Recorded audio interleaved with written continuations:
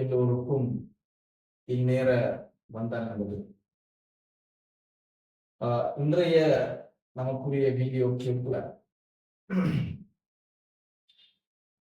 ஒரு உராய்வு விசை ஒன்று ஒரு குறித்த பொருளில் தொழிற்படுமாக இருந்தால் அந்த உராய்வு விசையின் காரணமாக ஒரு பொருளினுடைய இயக்கத்தில் எவ்வகையான மாற்றங்களும் அதனுடைய இயக்க மாறுபாடுகளில் எம்மாதிரியான ஆர்முடுகள் அமர்முடுகள் பெருமானங்கள் உருவாகும் என்பதை நாங்கள் ஓரளவுக்கு அடிப்படையை விளங்கிக் கொள்வதற்காக ஒரு இலகுவான ஒரு விளக்கத்துடன் இன்றைய வீடியோ கிளிப்பை நிறைவு செய்யலாம் என்று நினைக்கின்றேன்.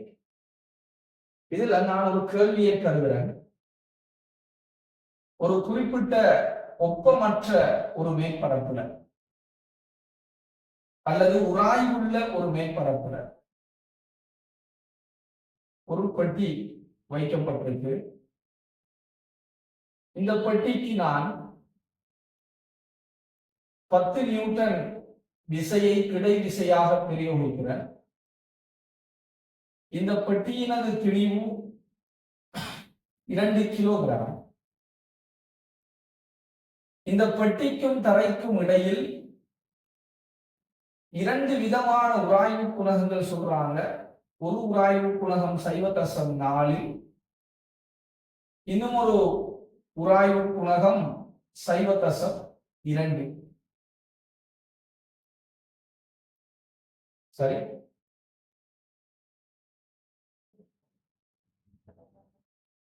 கேள்வி என்னென்று கேட்டால் பெட்டியின் ஆறுமுடுகள் யாது? பெட்டியின் ஆறுமுடுகள் யாது? பெட்டியின் ஆறுமுடுகள் யாது? இதான் கேள்வி.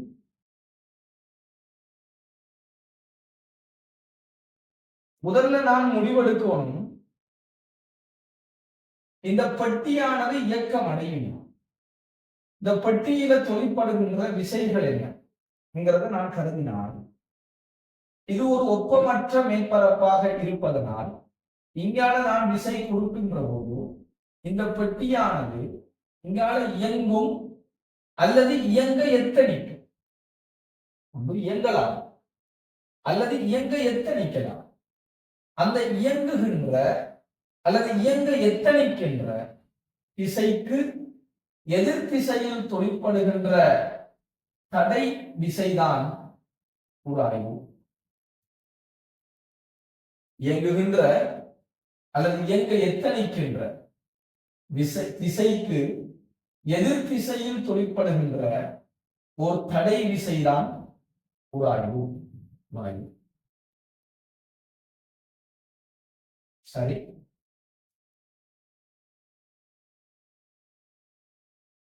முதல்ல நான் தந்திருக்கின்ற இந்த 2 உராய்வு குணகங்களிலும் எது பெரியதோ அந்த உராய்வு குணகம் எல்லை உராய்வு குணகம் அல்லது நிலையியல் உராய்வு குணகம் என்று அழைக்கப்படும். எந்த உராய்வு குணகம் சிறியதோ அது இயக்கவியல் உராய்வு குணகம் என்று சொல்லி அழைக்கப்படும். நான் கொடுக்கின்ற 10 நியூட்டன் விசையினால் இந்த பெட்டியானது நகருமா அல்லது ஓய்விலேயே இருக்குமாங்கிறத தீர்மானிக்கவே இந்த பெட்டிக்கான எல்லை உராய்வு விசையை நீங்க காணலாம். பெட்டியில் தொழிற்படுகின்ற எல்லை உராய்வு விசையினுடைய பருமன் என்னங்கிறத காணலாம். அந்த எல்லை உராய்வு விசையினுடைய பருமனை காண்பதற்கான சமன்பாடு, அதை நான் Fs எடுத்தால் அதை சமன்பாட்டின் மூலமாகத்தான் காணலாம். μs into r. இந்த μsங்கிறது நிலையியல் உராய்வு குணகம் அல்லது எல்லை உராய்வு குணகம். அந்த உராய்வு குணகங்களில் யாரு பெரியதோ அதான் எல்லை உராய்வு விசையை காண்பதற்கான உராய்வு குணகம். r என்பது செவ்வன் மருதாக்கம். இங்க பெட்டியானது கிடையான தளத்தில் வைக்கப்பட்டிருப்பதால் பெட்டியினது நிறை என்னவோ 20 நியூட்டன், அந்த நிறைதான் தாக்க மறுதாக்க விசையாக இருக்கும். எனவே செவ்வன் மறுதாக்கமும் 20 நியூட்டன். செவ்வன் மறுதாக்கத்துக்காக 20 நியூட்டன் பிரதியீடு செய்யலாம். பெருக்கினால் அந்த எல்லை உராய்வு விசையினுடைய பெருமானம் 2 8 நியூட்டன் என்று சொல்லி கிடைக்கும். 8 நியூட்டன் என்று சொல்லி கிடைக்கும். இப்ப ஒரு பொருள் இயக்கம் அடைய வேண்டுமாக இருந்தால் நான் வழங்குகின்ற புற விசை அதில் தொழிற்படுகின்ற எல்லை உராய்வு விசையிலும் பெரிதாக இருக்கணும், விஞ்சியதாக இருக்கணும், அதிகரித்ததாக இருக்கும். எனவே நான் கொடுத்தது 10 நியூட்டன், எல்லை உராய்வாக தொழிற்படுவது 8 நியூட்டன். எனவே எல்லை உராய்வு விசையிலும் உயர்வான விசையை வழங்கியதால் ஓய்வில் காணப்பட்ட இந்த பொருள் இயக்கம் அடையும். ஓய்வில் உள்ள பொருள் இயக்க மாற்றத்துக்கு உட்பட்டால், இயக்கம் அடைந்தால் அந்த வேகத்தில் ஓர் அதிகரிப்பு ஏற்படுவது என்று கருத்து. ஓய்வுல இருக்கும் போது வேகம் 0, இயக்கம் அடையும் போது வேகம் ஒன்று உருவாகுது. வேகம் அதிகரிக்கிறது, 0த்தில் இருந்து வேகமானது அதிகரிக்கின்றது.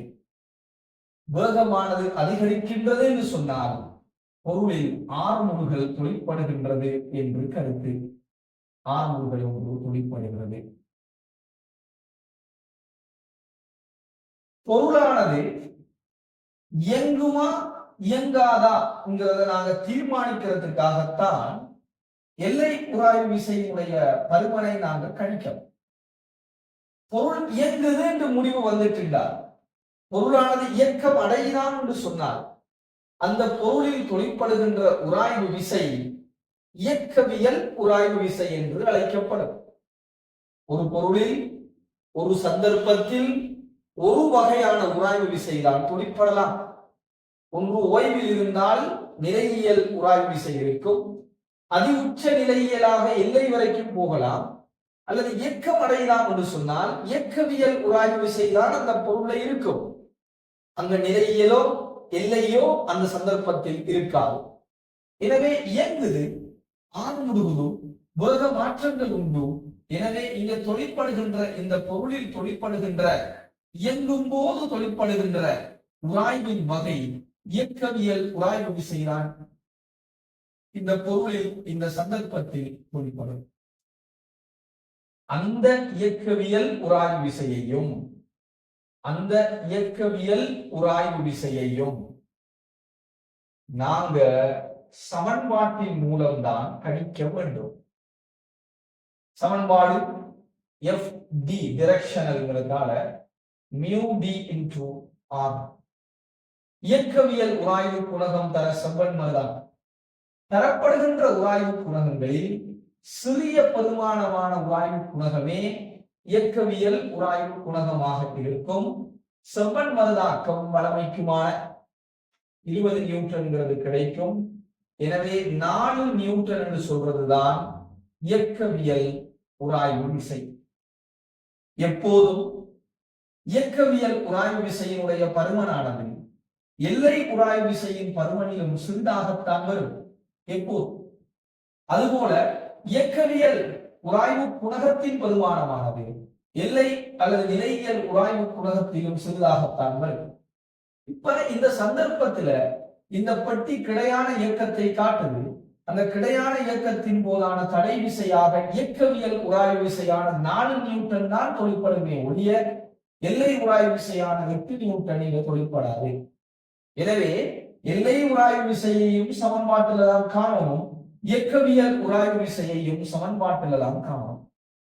இதுதான் தொழிற்படுங்கிறத தீர்மானிக்கிறதுக்கு முதல் எல்லை உராய்வு விசையை தாண்டிய விசை கொடுக்கப்பட்டதான்னு பார்க்கணும். எல்லையிலும் தாண்டிய விசை கொடுக்கப்பட்டால் பொருள் இயங்கும். பொருள் இயங்கினால் இயங்கும் பொருளில் உள்ள உராய்வு விசையின் வகை இயக்கவியல். அந்த இயக்கவியல் உராய்வு விசையை சமன்பாட்டிலும் காணும். இப்ப நான் பட்டியை கருதினால் இந்த பட்டியில இங்கால பக்கம் நாங்க கொடுத்த 10 நியூட்டன் இருக்கு, இங்கால பக்கம் நிலத்தினால் கொடுக்கப்பட்ட இயக்கவியல் உராய்வு விசை 4 நியூட்டன் இருக்கு. இது ரெண்டும் தான் கிடை விசை.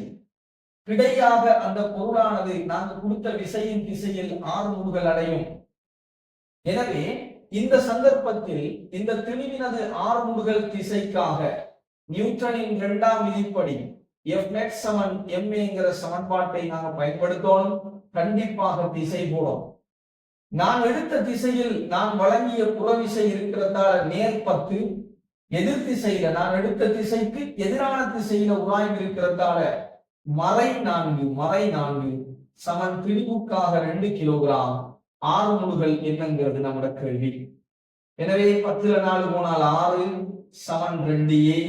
ஆகவே ஆறுமுடுகளினுடைய பருமன் 6/2 3 ms-2 சொல்லி ஆறுமுடுகளும் விளைவுள் விசையின் திசையில் அமையுங்கிற முடிவின்படி அடுத்தது ஆறுமுடுகள் என்பது ஒரு காமிக்கணி அடிப்படையில் திசைகள் என்பது முக்கியம். இந்த கேள்விக்கு 3 ms-2 ஆறுமுடுகள் பெருமானம் விடையாக கிடைக்கும். சரி, அதன் அடிப்படையில் இந்த உராய்வோடு சம்பந்தப்பட்ட இந்த கேள்வியினுடைய விளக்கம் உங்களுக்கு கிளியரா இருக்கும் சொல்லி நம்புறேன். அடுத்த ஒரு வீடியோ கிளிப்ல இன்னும் ஒரு விடயத்தோடு சந்திப்போம். நன்றி.